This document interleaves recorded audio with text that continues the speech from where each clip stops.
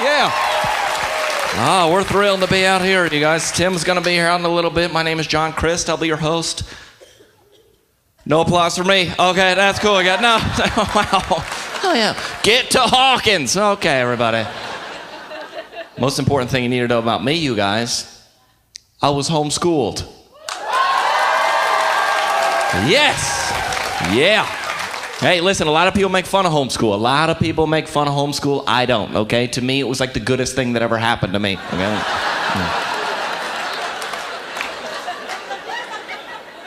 Okay, does everybody get that? Are we good? It's just a warm-up. Wow, that doesn't sound right to me.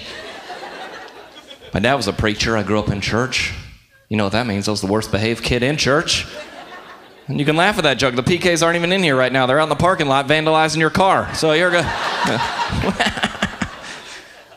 I moved to a new city. You guys haven't found a church yet to go to in Denver, so I've been giving my tithe money to this Christian organization that feeds the hungry.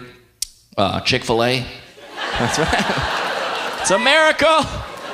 Wow. Okay. Oh man, I read this the other day. This is not even made up. I read that the most popular baby name for a baby girl this year could be barista. I don't even have a joke for that. I'm just reporting the news. What? Like, way to set your kid up for a lifetime of success. Here's our daughter barista. Here's our son fry cook. Wow.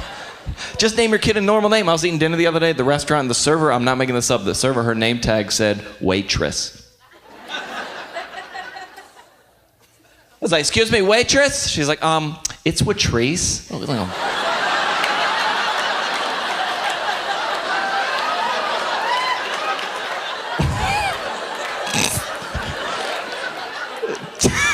Just name your kid a normal name. My parents named every kid in our family a Bible name. Parents, you gotta stop doing that.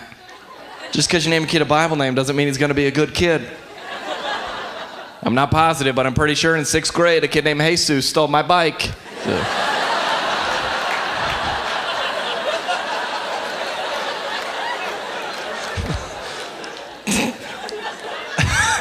And people are now, they're naming their kids Bible names. They're not even reading the Bible anymore, it seems like. After a show the other day, this couple comes up to me. He's like, here's our 2 sons, Judas and Goliath.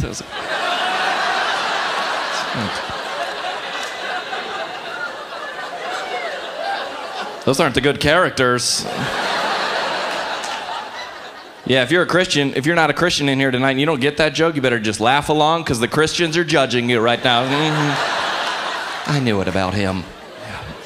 I am happy to be here. God's blessed me. I've been giving to my church pretty good, but I try to tithe as much as I can. Seems like everywhere you go, they're asking you for money, doesn't it? Even the fast food restaurants, they're asking you for money. You're just trying to order fast food and like, sir, would you be willing to donate $1 to help at-risk children? Oh, slow down. You're going to ask me in front of the whole place right now? Sir, do you even care about children? Like, I'm not ready to make a decision on saving kids' lives right now. I'm trying to decide between a McChicken and a McDouble, all right? I'm not ready for this. Really, sir? And Chipotle, they do it different. Instead of asking for a whole $1, they just round up to the next $1 to support whatever issue they got going on. Last time I was at Chipotle, my meal's $7.98. And the lady looks at the register, looks at me and goes, sir, would you be willing to donate 2 cents to help the children? Nah, I'm good. No extra expenditures. I'm on step 1 of the Dave Ramsey plan. You know what I'm saying? Wow. Better than I deserve. Sometimes you gotta like mine a certain topic to find the humor there as a comedian. Sometimes God will just hand you one free.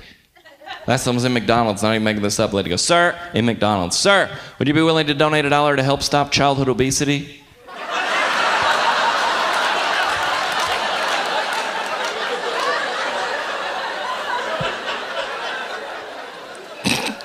We're at McDonald's. What are we gonna do? Just raise enough money to close this place down?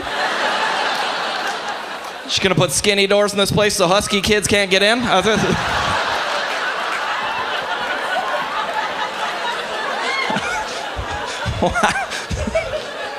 Every Happy Meal come with a pair of running shoes? I don't know, you guys. It's not up to me. I try to grow up. I try to be mature, but my roommates is not good. All my roommates ever do all day is play video games all day. I'm like, guys, we got to stop playing video games. Like, John, we're different, man.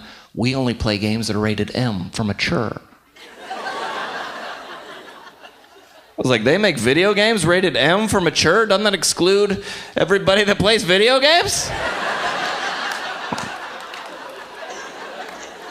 How does that work? What's the new Call of Duty that just came out? Any of the kids know? Call of Duty, the new one?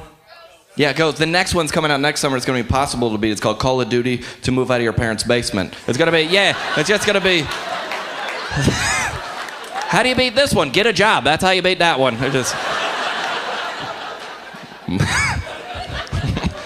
My roommates love to play the Wii. They love the Wii. If you don't know anything about the Wii, basically the whole premise of it is to take things you're terrible at and put them in video game format so you can succeed at them. So if you're like unathletic and uncoordinated, you're probably awesome at like Wii golf, you know, all in one. If you're white, you probably got high scores on Wii Hip Hop Dance Revolution. Just.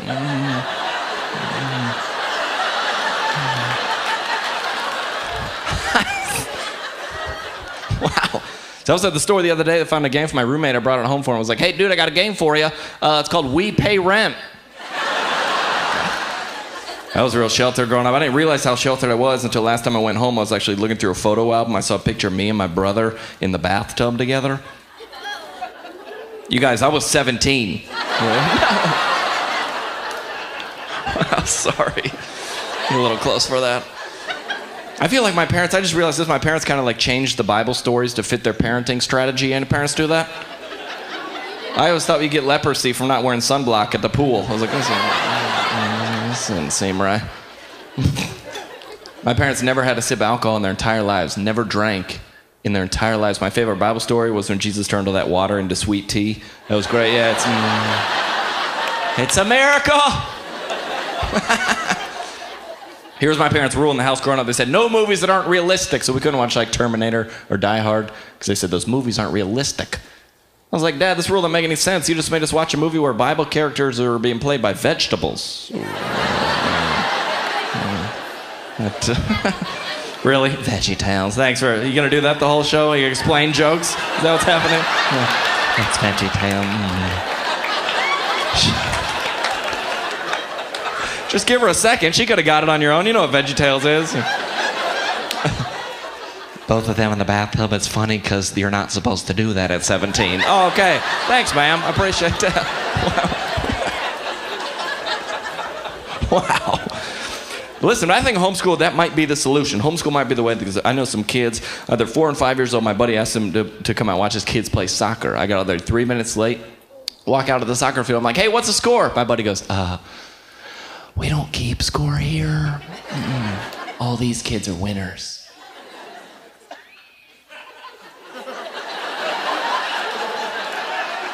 You do that here in St. Louis? I was like, all these kids are winners. That kid's got his jersey on inside out and he's chasing a butterfly. That kid's not a winner.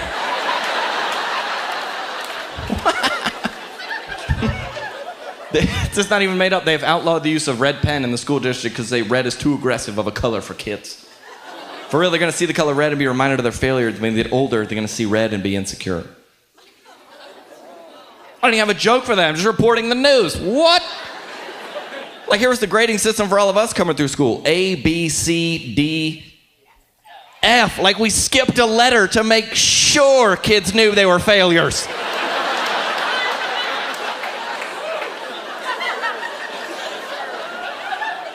You can't give a kid an E for more effort? No. F. Failure. Like, one time in high school, I got an F with an exclamation point on it. Just... Kids need to learn to succeed and fail, right, everybody? Yeah. I think it's good for a kid to create a culture of failure in his life so then he can get older and play for the Rams. You know what I'm saying?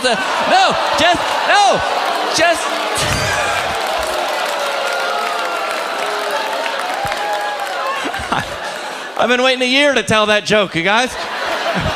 I was like, where is he going with this one? I'm just saying, kids need to learn to succeed and fail. It's good for kids. My neighborhood this year, no more diving board at the pool. No more diving board because last summer some idiot kid tried to go off the diving board with his eyes closed.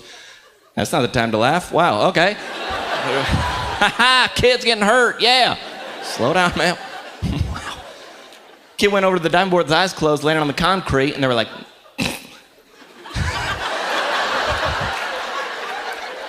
They were like, no more diving board. It's not safe for kids. America, that is not the solution, okay? If kids want to be idiots, we got to start weeding some of these kids out. Come here, buddy. Yeah. Yeah. I'm just saying, there's no trampolines, there's no bike ramps, there's no diving boards, and you wonder why you got grown men walking around in skinny jeans.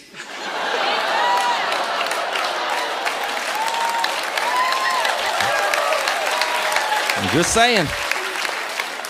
Some people are just dumb these days, you guys. You ever seen somebody and you're like, really? And they do something stupid and they get hurt and they're like, God's just really testing me. Like, no, that's gravity, okay? That's not. I mean, I'm a Christian, but I look at some people sometimes and I'm like, even Jesus ain't taking that wheel. Jesus probably would, but no.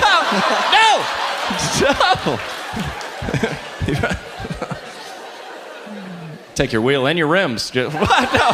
Wow. Don't cheer for that. I'm just saying, kids need to learn. That's my premise, you guys. Kids need to learn. Anybody seen a trampoline in 2014? You seen a new trampoline? My buddy's got one. It's got like 360-degree netting around the whole thing, you know? Padding on everything metal. There's like an escalator to get up onto that thing. We don't want any kids getting hurt on the trampoline. Like, I'm pretty sure when I was growing up, you would get tetanus just climbing onto the trampoline. Remember trampolines, springs be popping off, hitting kids in the face? I'm a skinny kid. I got double bounces not made up. Double bounce landed with a spring right between my legs. And none of the kids stopped jumping. The spring was still going like this.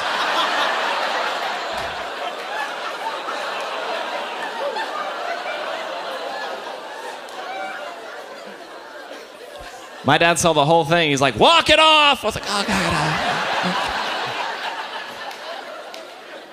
Not anymore, you guys. 2 weeks ago, I was driving down my neighborhood, not made up. I saw 2 kids jumping on a trampoline with helmets on.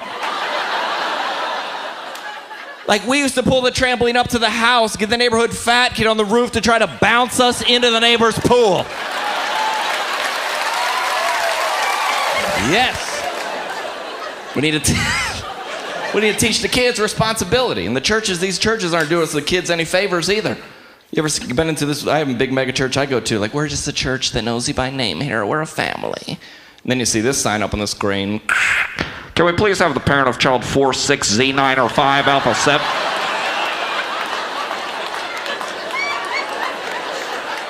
Like, that's a child. That kid's gonna need counseling when he gets older. I say we put the kid's name up there and what he's doing. Well, no. Yeah. I'd bring friends to that church, you know what I'm saying?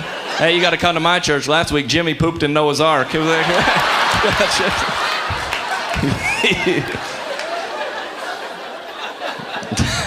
I've been in church my whole life. I kind of get the language, you know what I'm saying? I kind of know how to survive in church, but I was sitting in the back of church the other day. We were singing that song, How He Loves Us. You know that song? Yeah. Guy next to me leans over and goes, dude, who's Howie?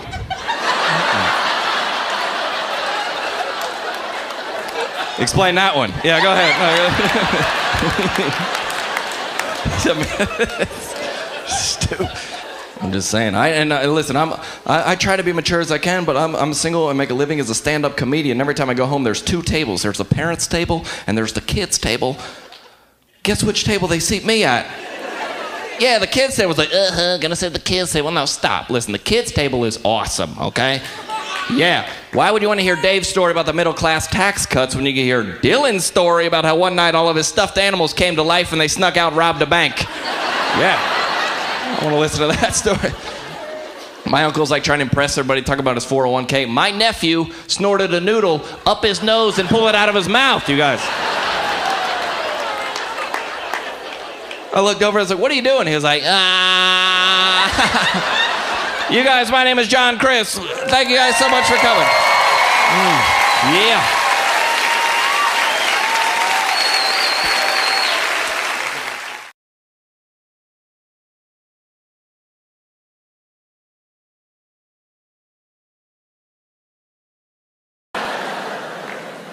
But let's be honest, right? I'm sure you've seen a lot of comedians in your day. You know, I know I've had my share of audiences, you know? But it didn't last. So I want this to be different, so. We're doing comedy at a church.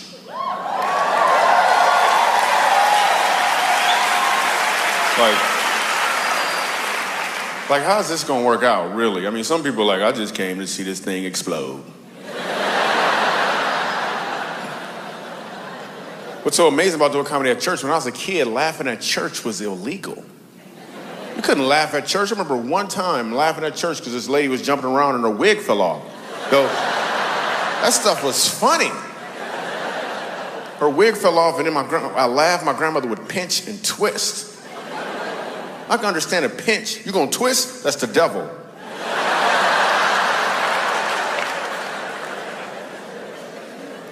Church was the worst. Oh my goodness. Church lasts like 6 hours. Dude on stage is mad at everybody. I can't figure out why he's so angry. 7 years old, I figured out why he was so angry. He was angry because he had some phlegm caught in his throat. So at the end of every sentence, he'd try to get it out. He'd be like, the Lord said, ah.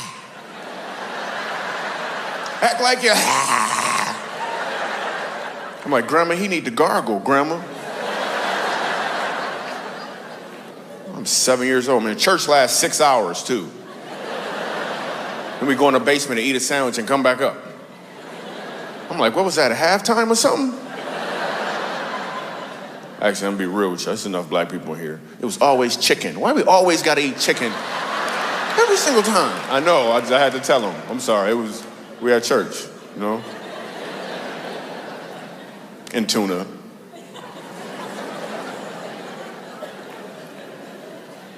At the end of church, they would ask us, I was like, so you wanna go, after this, we all gonna go to the sister church. I don't even like the brother church. One time I get to church, 7 years old, there's a dead body in the front. It's a funeral. Nobody explains that to a 7-year-old Michael Jr. I'm thinking that's how they roll. Like every 3 weeks or so, they bring a dead body in as an example or something. And the dude on stage yell at everybody in the audience like they the ones that did it. I remember asking my grandmother, I'm looking for some explanation. I'm like, Grandma, what happened to the man in the box? What happened to the man in the box? Her whole explanation was, he in a better place. I'm like, what kind of box did he live in before?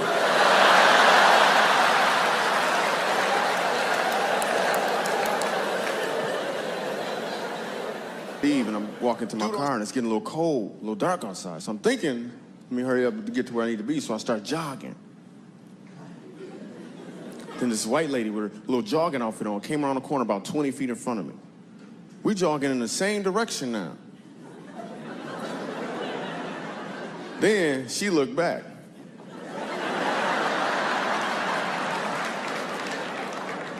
She started jogging faster. So I looked back too.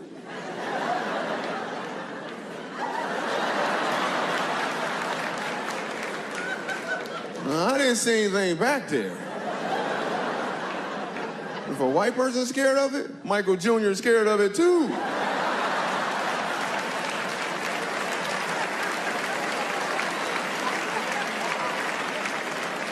So I started jogging faster. After she looked back again, she took off in full stride. This time I didn't even look back. I also kicked in the gears. I could have easily passed her up, but I'm thinking, no, I can't just leave this defenseless lady out here by herself. Whoever back there gonna get her. So I yelled up to her, is that as fast as you can run? We were poor. We weren't even poor, we were po. We couldn't afford the other letters, man. We had no money. I was actually being sponsored by a family from Haiti.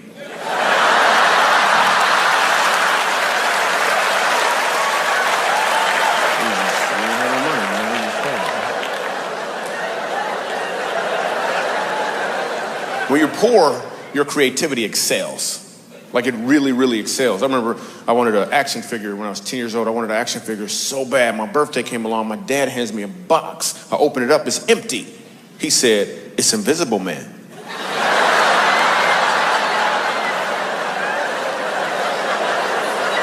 I was like, "That is awesome." I played with that thing for like 3 weeks, man. So my brother hid it from me. We just made up games. We played this one game called Talk About You. The instructions were to just talk about you. That's all we did. We talked about each other. My friends would talk about me, but Michael Jr., you got some big feet. And I was good at this game. I was like, "Oh yeah, well you so dark-skinned. I bet if you ride a motorcycle, you get a ticket for tinted windows."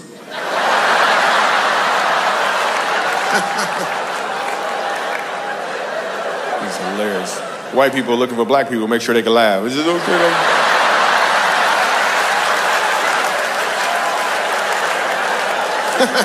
Yeah, it's okay. You sure? No?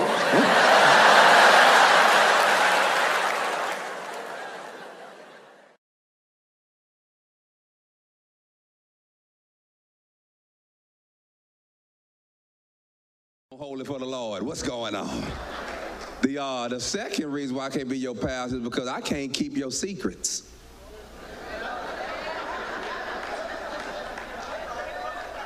I ain't gonna lie to y'all, church people got some juicy secrets, man.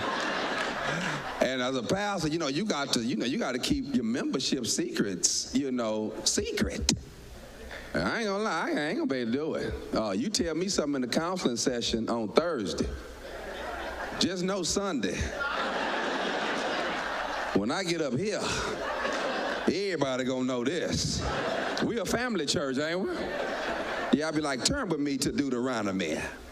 But before I get to that, Brother Sean was sharing with me on just... I'm putting your business out there. Last but not least, third reason why I can't be your pastor is because I like to go out too. Yeah, I like to go out.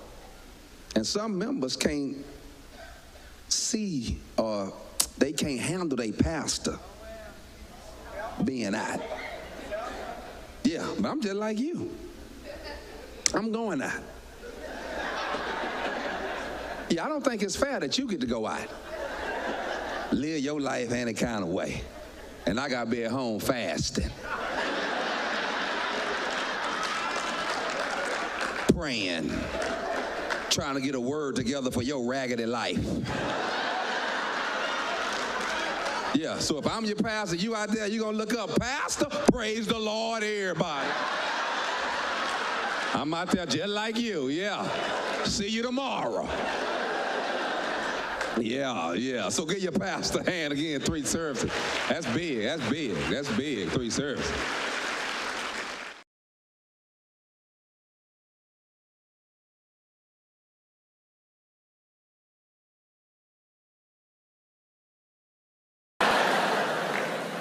Let's be honest, right? I'm sure you've seen a lot of comedians in your day. I know I've had my share of audiences, But it didn't last. So I want this to be different, so. We're doing comedy at a church.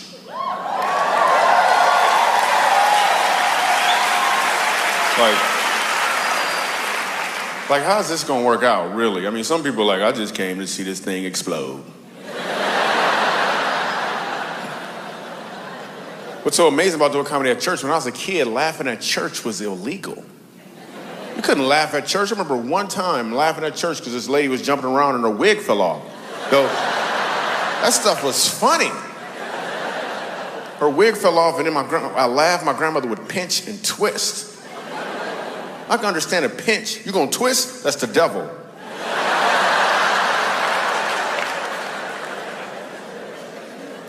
Church was the worst. Oh my goodness. Church lasts like 6 hours. Dude on stage is mad at everybody. I can't figure out why he's so angry. 7 years old, I figured out why he was so angry. He was angry because he had some phlegm caught in his throat. So at the end of every sentence, he'd try to get it out. He'd be like, the Lord said, act like you. I'm like, Grandma, he need to gargle, Grandma. I'm 7 years old, man. Church lasts 6 hours, too. Then we go in the basement and eat a sandwich and come back up. I'm like, what was that, halftime or something? Actually, I'm gonna be real with you. There's enough black people here. It was always chicken. Why we always gotta eat chicken every single time? I know, I had to tell them. I'm sorry, we had church, you know? And tuna.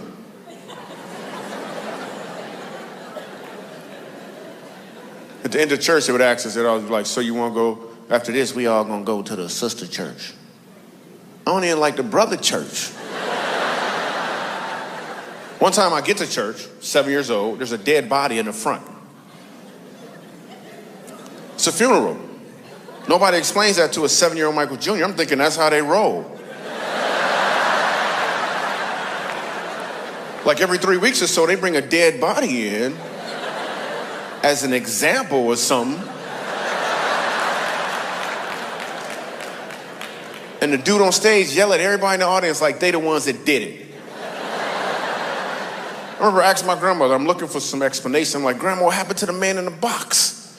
What happened to the man in the box? Her whole explanation was, he in a better place. I'm like, what kind of box did he live in before?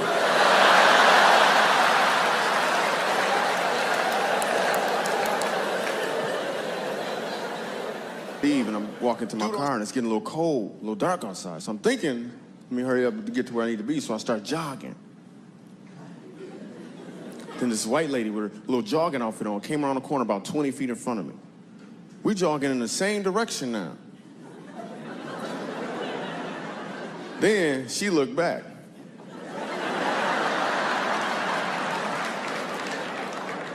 She started jogging faster. So I looked back too.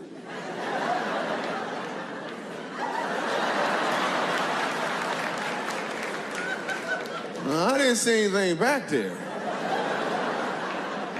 If a white person's scared of it, Michael Jr. is scared of it too.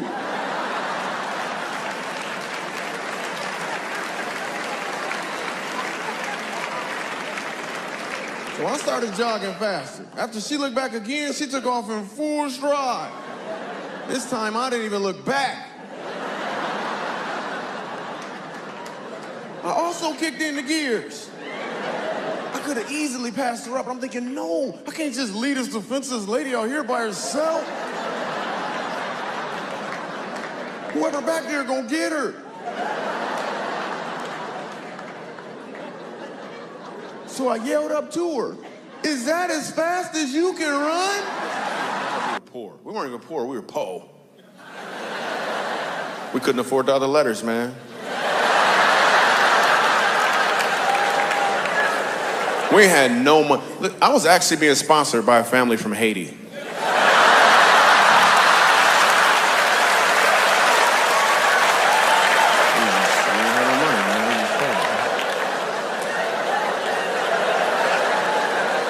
When you're poor, your creativity excels.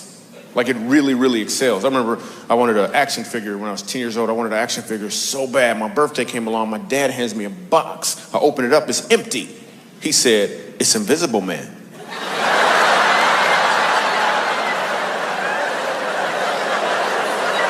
I was like, that is awesome. I played with that thing for like 3 weeks, man. So my brother hid it from me. We played games. We just made up games. We played this one game called Talk About You. The instructions were to just talk about you. That's all we did. We talked about each other. My friends would talk about me, but Michael Jr., you got some big feet. And I was good at this game. I was like, oh yeah, well you so dark-skinned. I bet if you ride a motorcycle, you get a ticket for tinted windows.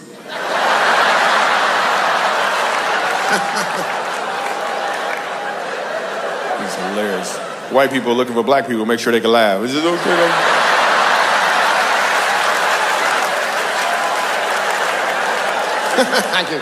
It's okay? You sure? No?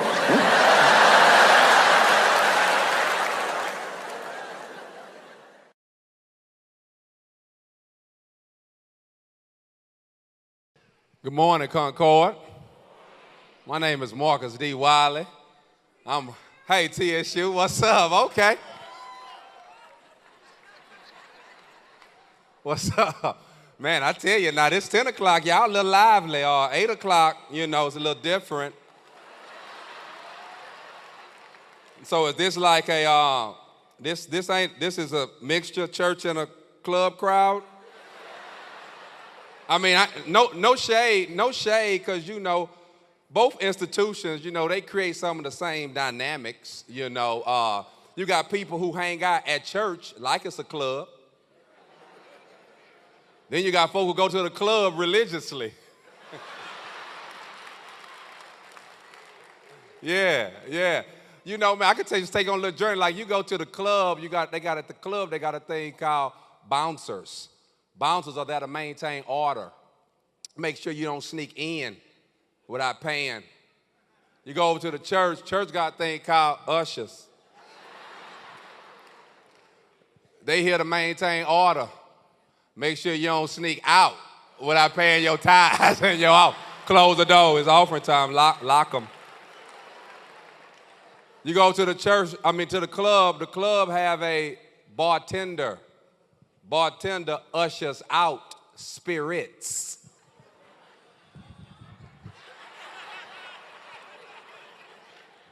Go to the church have a praise team leader or a pastor, ushers in the spirit.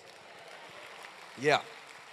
Men try to get with women at the club. Ladies, you don't like it because a brother don't know your name, so he got to reference something you wearing to get your attention. So he got to be like, psst, red. Psst, Gucci purse. Hold up, Gucci purse. Psst, say little PT, little ponytail. What's up? Holla at your boy. Men try to get with women at church too. They just make more of a spiritual reference. They be more like, psst, virtuous. Psst, something like Mary. What's up? Psst, answer to my prayers. Girl, you must be my rib. Believe it or not, you got people who go to the club, they don't drink, they don't smoke, they don't dance, they don't do nothing.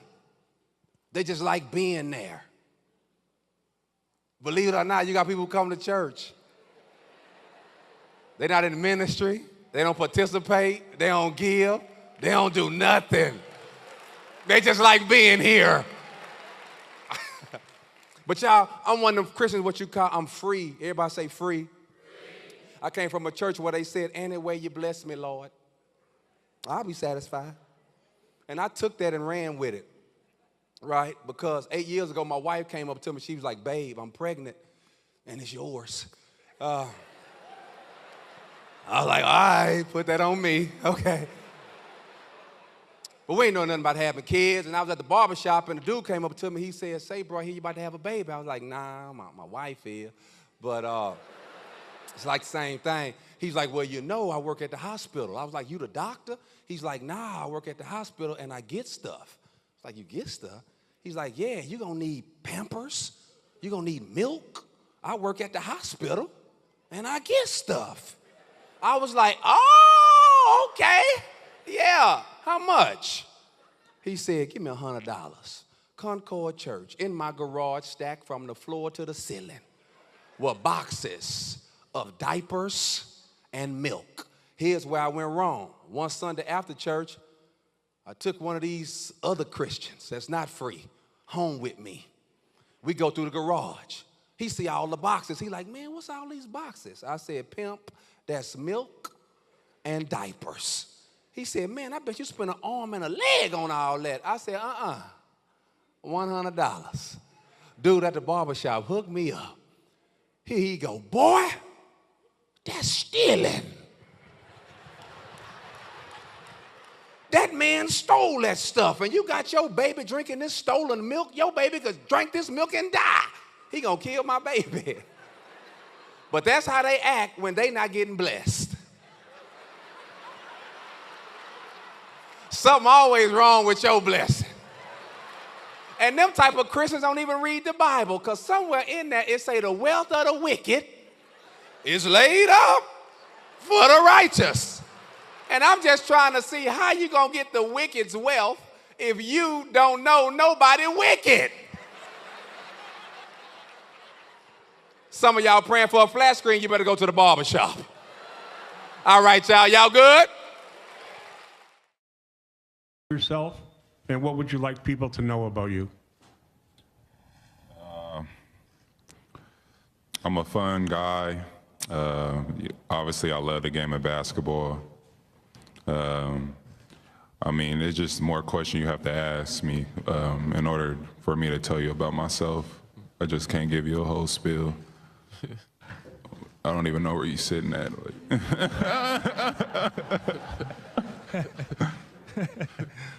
He's right there. Yeah, the glasses, there you go. All right. I don't even know where you're sitting at.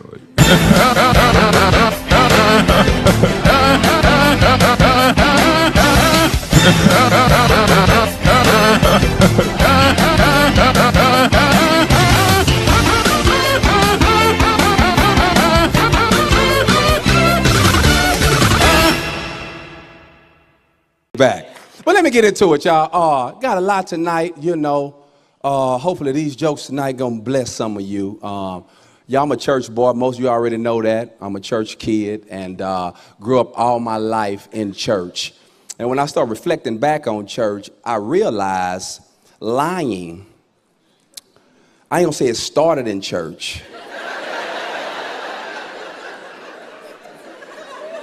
But they promote lying. Yeah, in church, because see, I grew up in a household where my father, he was a pastor, so my dad, he would just call me on stage. He'd just say something like, say, Mark, come up here and pray. I'd be like, hey, cuz, that's what they pay you for. I mean, why you got me praying, you know what I'm saying? Or my dad, he would say, hey, Mark, the organist ain't here, get on the organ. I'd be like, I don't know how to play. Get on the organ. He think the spirit gonna show up, just. It don't work like that, cuz. Right? But my father would always tell me stuff like, say, Mark, come sing your daddy a song. My dad was big on that. Man, come sing me a song. So from elementary, middle school, high school, I would sing every time my dad would call me up to sing. Now listen, nobody in that church ever told me, you can't sing. Liars. Nobody never said, this ain't your ministry. This ain't your gift. So I'm singing. Now, mind you, because folk never told me I couldn't sing, imagine my ego. Imagine how cocky I was when I got on that mic. Well, I graduated and went to college. When I got to college, I started hanging around with people who don't go to church. Translation, people who tell the truth. So I'm out one night with my boy Jay Sharp. His name's Johnny Sharp. We call him Jay Sharp. I'm out with Jay Sharp. We having a good time, get in late, woke up Sunday morning. I was broke. I said, man, I need some bread. The spirit hit me and said, go to your daddy church. You know, I woke up, I got the mat out of my eye, you know, it was hard waking up because back then I was living the prodigal life. You got to read your Bible to catch some of these. You got to read to catch some of these jokes. On your downtime, just read it every now and then. But I told Jay, I said, Jay, come with me to my daddy church, man. So try to give me some bread, bro. So he come to church with me. We sit in the back. My daddy get finished preaching. My daddy was like, man, my son here. Mark, he in college, man, doing a good job. I'm so proud of him. Come sing daddy a song. So I was like, nah, cuz I ain't come here for that. I'm just trying to get $20. Then the spirit hit me again and said, hey, if you sing, you're going to get more money. That's why you should listen to the spirit. So I got up there. Mind you, I've been singing here all my life. I grabbed that mic.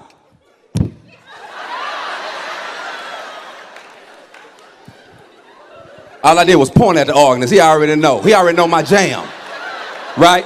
I used to sing this solo by a dude named Douglas Miller. He had this song called Soul's Been Anchored. Y'all know it? I want to show you how I was singing. Now listen, don't listen to me. Look at me. Because the Lord gave me all type of gifts as it relates to charisma, poise, gestures, facial expressions. I got all that down. I got everything but the voice. So I want to show you how I was doing it, but look at me. Don't listen to me. So I point at the organ and see me, boom, I get up there. Though the storm keep on raging in my life, and sometimes it's hard to tell the night from day. Boom, boom, boom, boom. I mean, the church just.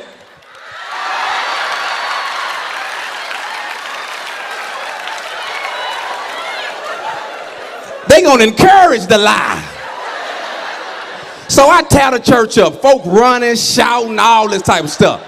I walk off that stage, go sit down next to Jay Sharp. Jay looked at me and said, man, I got to give you your props. To know you can't sing?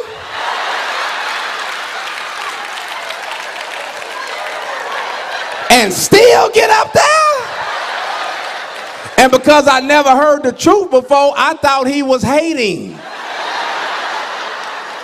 Somebody missed that. Because I never heard the truth before, I thought he was hating. And everybody, you need a Jay Sharp in your life. You need somebody that's going to tell you the truth. Because of Jay Sharp, he saved me from a lifelong of auditions. Yeah, that's why you ain't seen me on Sunday Best, American Night, all that. Jay Sharp.